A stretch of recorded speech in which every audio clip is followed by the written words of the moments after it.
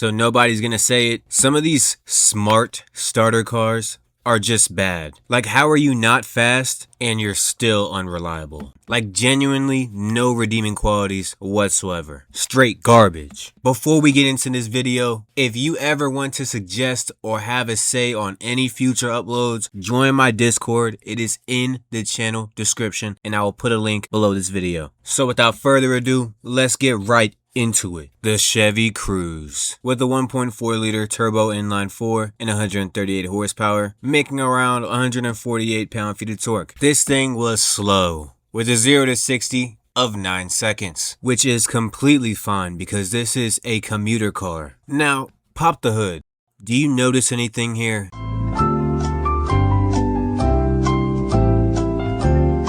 Why is everything plastic? It's like they took a page straight out of BMW's playbook. Lightweight materials, plastic cooling components, cost cutting in the wrong places. And at least BMW gives you 300 horsepower. This gives you 138. Plastic thermostat housing, plastic valve cover, plastic intake manifold, and the turbo is just sitting there in that hot engine bay. Heat cycles, boost pressure, plus time. You tell me how that ends. Again, this car makes 138 horsepower. Not crazy numbers at all. So can somebody tell me why I'm dealing with heat-related plastic failures? And when that warranty runs out, you can just kiss your wallet goodbye. Need that thermostat housing replaced? That's going to be $400 to $700, please. Oh, you need a new valve cover? That's going to be another $350 to $600. Oh, you need a new turbo? Say goodbye to $2,000. Oh, you need a water pump? Oh, of course, man. I got one, bro. It's just going to be $900. Now, granted, it's not all at once. It's not like your engine exploded, but it low-key might be worse. It's just a random $400 to $800 coming out of your pocket every few months. You just saw this on Facebook Marketplace for 6 bands and you just went with it. This thing has less than 200 horsepower, but it's running your pockets like a performance car. So what does it rank on the triangle? Performance, I'm going to give it a 3 out of 10. Reliability, I'm going to give it a 4 out of 10. And affordability long term,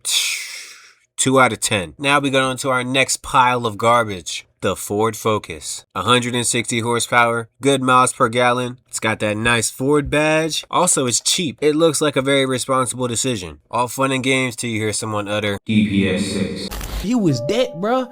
If he wanted you out of there, he'll go do it himself on feet by himself.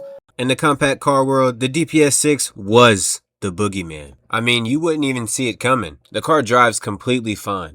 Until one day you're in traffic and the car just completely shits itself. Harsh takeoffs, delayed engagement, and that one transmission light that just won't stop blinking. And this shit just gets worse over time. One day it's just a random shudder. The next few months is jerking you through first gear. By the time you hit 60,000 miles, you're pricing out clutch packs. And those clutch packs are not cheap. That's $1,500 right out of your pocket. But you can find a whole transmission for $1,000. But if you don't know how to put that bitch on, say goodbye to $5,000. And this was a known pattern on these cars. So much for that Ford badge. But on the bright side, it's faster than the Cruze. With a 2-liter naturally aspirated inline 4, making around 160 horsepower and 146 pound-feet of torque, with a 0 to 60 of roughly 8.5 seconds. Now with this one, performance, I'm going to give it a 6 out of 10 because it actually moves. Reliability, I'm going to give that a 2 out of 10. And affordability long term,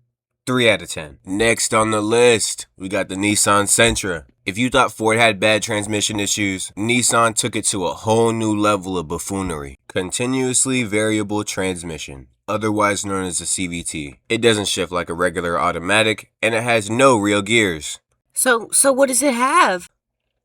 Belt. The Nissan Sentra had a 1.8 liter naturally aspirated inline 4. Making around 124 horsepower and 125 pound-feet of torque, with a 0 to 60 of 9.5 seconds. Again, this is a commuter car, so I'm not expecting that much. And that is completely fine. But the whole point of the car is reliability, because if I'm not getting speed, I better be getting longevity. When the DPS 6 got messed up, you felt it immediately. With all the warning lights, the shuddering, and the harsh shifts. That CVT though, it doesn't warn you at all. It just quietly starts getting weaker and weaker until it just eventually fades away. And the signs were very easy to ignore. It'll be that slight hesitation when you hit the gas, or that weird droning sound that you keep hearing. Very quiet signs, easy to brush off. So what do? You brush them off. You keep driving it, thinking you're chilling, until one day, out of nowhere, You hit the gas and nothing happens. And now you're looking at $3,000 to $4,000 in repairs. The Nissan Sentra. For performance, I'm going to go 3 out of 10. Reliability, I'm going to go 3 out of 10. And affordability long term,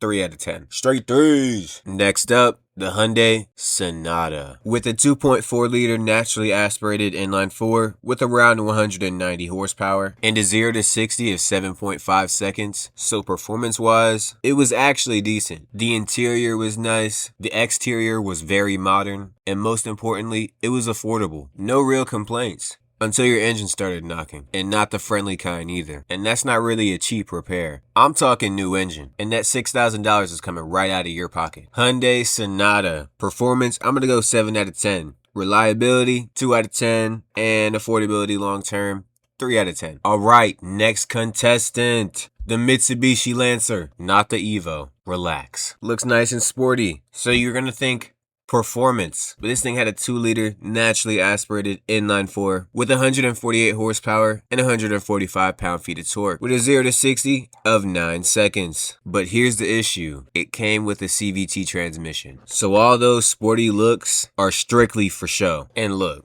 it's really not a bad car. It starts in the morning, it drives, it'll get you from point A to point B. But you never get in the car and think to yourself, yeah, this was the right move. The car is awfully mid across the whole triangle. It's not fast enough to be fun, not comfortable enough to feel premium, and really not that reliable to brag about. That same amount of money will get you a Corolla that will last forever, or a Civic that just feels a lot sharper. Again, the Lancer isn't a terrible car. Mitsubishi was just cooking up a whole lot of mid. The Lancer. Performance, I'm gonna go 4 out of 10. Reliability, 5 out of 10. And affordability long term, 5 out of 10. Notice a pattern? All these cars sound like smart decisions. They're all cheap, practical, sensible, but cheap doesn't always mean smart. Because really, if you're compromising everywhere, you're not saving, you're really just settling. And I feel like a good starter car should win somewhere. First off, thank you for making it to the end of the video. And also,